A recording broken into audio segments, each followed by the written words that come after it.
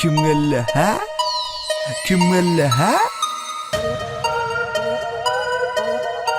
This is Triple X Production. Acayip.com Hıdırlı yer. Bir savuna endamından aksın derler. Seçecekmen her bir yöreyen adımımda dollar. Nemi diyen iş domok görüp dişini yuk gel.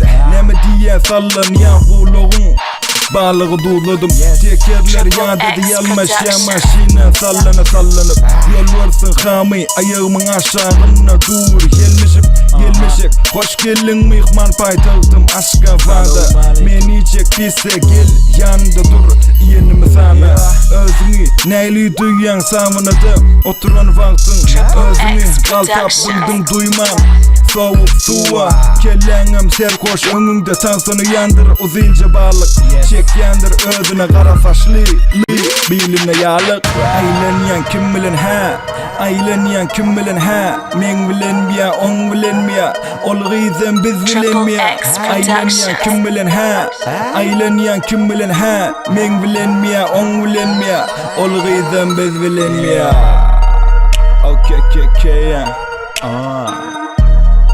Şehrin kara meydi İstimdami Aşka X vat Production.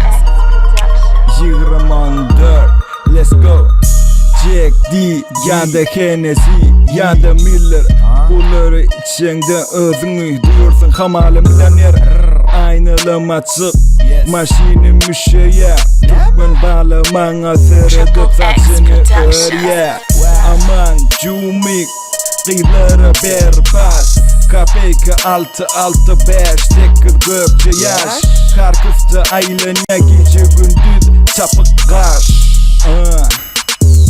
İşleyen mi çapık kaş Triple X Production.